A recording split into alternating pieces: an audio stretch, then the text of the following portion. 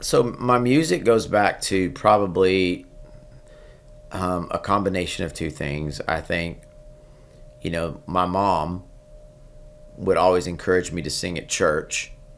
And then my dad was always listening to music. I mean, music's always on. And dad has a great, vinyl record collection. And dad's musical tastes are everywhere, from, swing, Sinatra stuff, to country music, to rock and roll. We had it all. So I think those two things were obviously probably the foundation of what made me fall in love with music. But also, my dad is a disabled veteran, and he just lucky to be alive, right? I mean, they still don't know how he made it out of Vietnam with the injuries that he sustained. So Dad came back and he was a custodian. And so I was a custodian right there alongside my dad. And we always listened to music. So at the church we cleaned, Dad there was a dolly and a metal trash can that Dad had, one of those bungee straps had wrapped around that trash can, and it held it on that dolly. And then on that dolly, my dad would have all these cleaning supplies, somehow he had them all strapped onto this dolly. But the funniest thing is he had a little AM FM radio, and he had it wired to the dolly handle. So everywhere the dolly went, the music went. And as me and Dad would be cleaning, Dad would say, okay, this song right here, this song came out, like, for instance, Amarillo by Morning came on.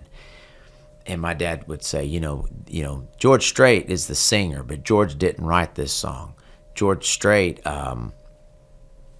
recorded this, but the first person to record it was Terry Stafford. Terry wrote it and put it out in 1971. So my dad is like a rock and roll country music encyclopedia. So Dad was like, Terry Stafford put that song out in 1971, and Dad knew all about it. Dad was like, it didn't sound real country, didn't have the fiddle, but 10 plus years later, George put it out. And Dad could tell me all those things. He knew, like, I can't remember the story behind Amarillo by Morning, but I think it was a commercial. What's the Western? Is it Western Union? Western Union commercial that said, we can get funds to Amarillo by morning. We can get it to there. We can get your whatever you need to Amarillo by morning. That's crazy. And that's where the song idea. So you ask questions like, where do I get song ideas? Stuff like that. Wow. I mean, I came up with this idea. I don't sing a lot of drinking songs, but I wrote a great drinking song. And we recorded it, but the whole thing, so the title sounds so controversial. It's called Drinking and Driving. So of course that's something that I'm 110% against. And everyone who's followed me knows this. So when I come out with this song called Drinking and Driving, people are going to be like, oh, which I kind of like the shock factor there. But the deal is, it's this guy that, keeps going out when he should be staying home with his girl. But the whole deal is, I've been drinking and driving you crazy.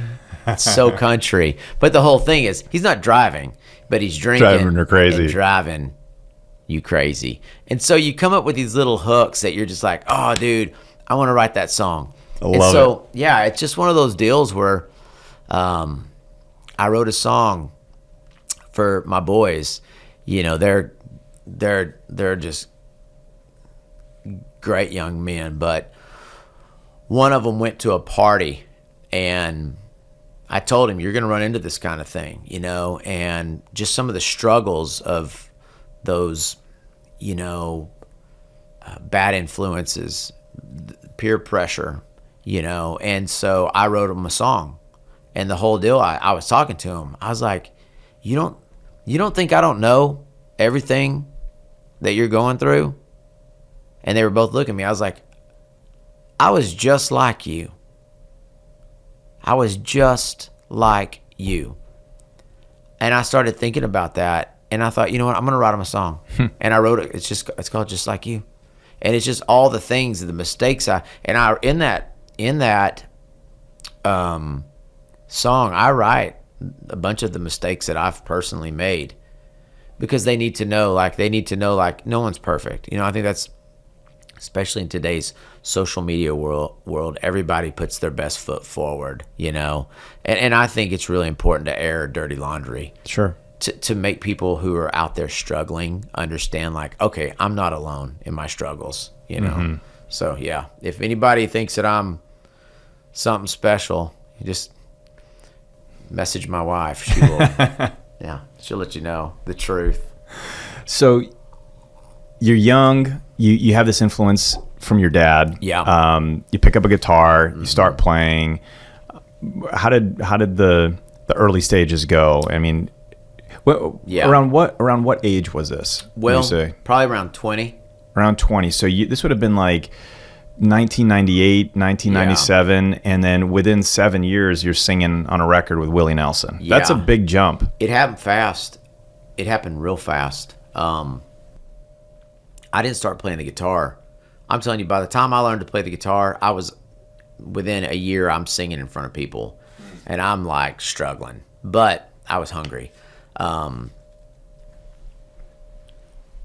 think the thing that got me is that I was doing a lot of work at school, on the school grounds, you know, making minimum wage, then going and waiting tables at a place called Perini Ranch Steakhouse, which is crazy because now I own a ranch that shares a fence line with the steakhouse where I used to work in college, which is kind of full circle, which is fun. But I was working hard just to make ends meet. And then I had a guy ask me how much I would charge to play an acoustic event for the American Dental Association. And I think I ended up getting paid $1,000. I was supposed to play for an hour. It's real money. It's real money. And that's real money in 1990 something, right? Yeah. So they pay me $1,000 to play I'm supposed to play for an hour and a half.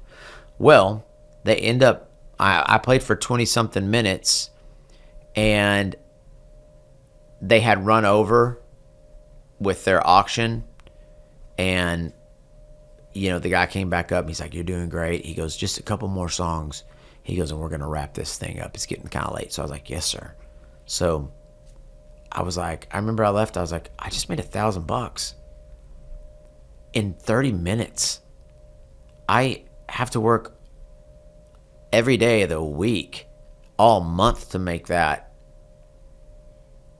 And so it made me understand, like, there's a product here. There's an opportunity. And that's the thing I try to instill in my kids is like, what is your product going to be? What service can you provide that has value? And there's a lot of opportunities out there. And for me, I've told people maybe there are some things I could provide where I could have actually made more money, but there's nothing that I would have loved more. Mm-hmm. And that's the balance of, like, you gotta do what you love. Have you always been an entertainer, storyteller? Were you the little kid that was jumping on stage? I don't know. I wasn't. I wouldn't have jumped on a stage in front of people, but I think probably every day in an environment that I was comfortable, I was probably a little showboat, you know, for the family, friends. But dude, getting on stage, it still weirds me out every now and then. Do you get nervous still? I don't really get nervous, but sometimes I walk out there and there's all these people and I'm like, what the heck? You know? Mm-hmm. I mean, I'll tell you, there's moments where I get nervous, like when we played the Houston Rodeo several years back, and there's 60,000 people, and I'll go, okay, I do not belong up here. I don't think highly of myself. I just don't. I don't think that anything that I'm doing is really that impressive, and I don't. It's not a lack of confidence. I just am not impressed by myself. I think maybe it's because, you know, my dad is my hero, and my dad, you know, the value on what he's worth in a, you know, his is it from a dollar standpoint's probably not much, but he's. But what he sacrificed. But what he sacrificed and who he is. Yeah, there's no number. There's boys that would give everything just to have a dad that priceless. And so, you know, for me, I look at the way my dad has provided for us, how way he's loved my mom. And, you know, I think for me for what I'm doing and what I stand for, there is a defining moment where something my dad did made such a huge impact on me that it changed me. We were cleaning the church. It was a Wednesday, and I know it was a Wednesday because all my buddies were going swimming at the Amarillo Town Club. The Amarillo Town Club is literally right across the street from the church we were cleaning. So all my buddies are going swimming there. It's summer on a Wednesday. I was like, Dad, they're all going swimming. Can I go swimming? Can I go swimming? He's like, I'm sorry. I need your help. There was some type of event at the church, and church that night, church was that night, so we had a lot of cleaning to do. And Dad was like, I need your help or I'm not going to have the church ready for Wednesday night services. And man, I was being a stinker about it. And I remember we pulled up in our station wagon and parked, and I can hear the kids screaming and splashing.